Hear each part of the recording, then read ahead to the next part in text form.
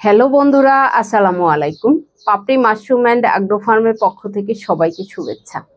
আশা করি সবাই ভালো আছেন। আমার একজন শ্রদ্ধেয় উদ্যোক্তা জানতে চেয়েছেন যে আমি তো ট্রেনিং করেছি, তো আমি শুরুতেই স্পুন বানিয়ে তারপরে আমি বাণিজ্যিকভাবে শুরু করতে চাচ্ছি। এটা মতামত জানতে চেয়েছেন।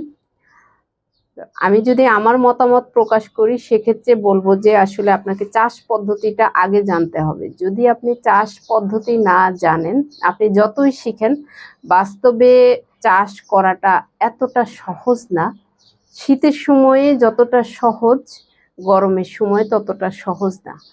আগে আপনি চাষ করবেন, উৎপাদন হবে, মার্কেটিং করবেন, মার্কেট ধরবেন, তারপরের স্টেপ হয়েছে আপনার স্পুন তৈরি করা।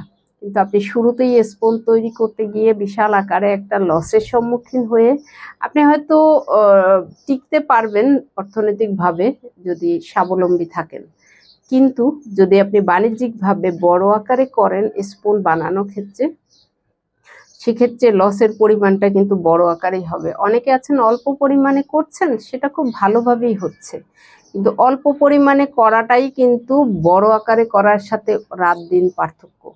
যখন আপনি কমার্শিয়ালি করবেন, বাণিজ্যিকভাবে করবেন, তখন কিন্তু আপনার আর লসের পরিমাণটাও অনেক বেড়ে যাবে, কারণ স্পুন বানানোটা অনেক গভীরের বিষয়।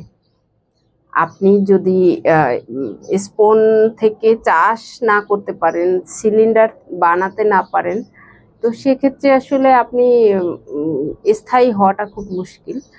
তো যারা আছেন শুরুতেই কালচার নিয়ে কাজ করতে চান, মাদার দিয়ে তৈরি করতে চান, স্পুন বানাতে চান, তো তাদের ক্ষেত্রে আসলে পরামর্শ হবে আপনি আগে প্রথমে চাষ ভালোভাবে করুন।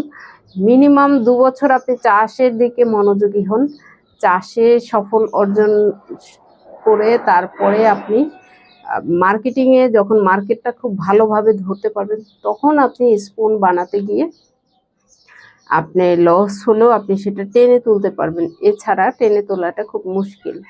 আশা করি ভিডিওটি দেখে উপকৃত হবেন এবং সিদ্ধান্ত নিতে সুবিধা হবেন। যারা এই ধরনের চিন্তা নিয়ে মাশরুম জগতে এসেছেন, তারা আশা করি এই মতামত গ্রহণ করলে উপকারী হবে।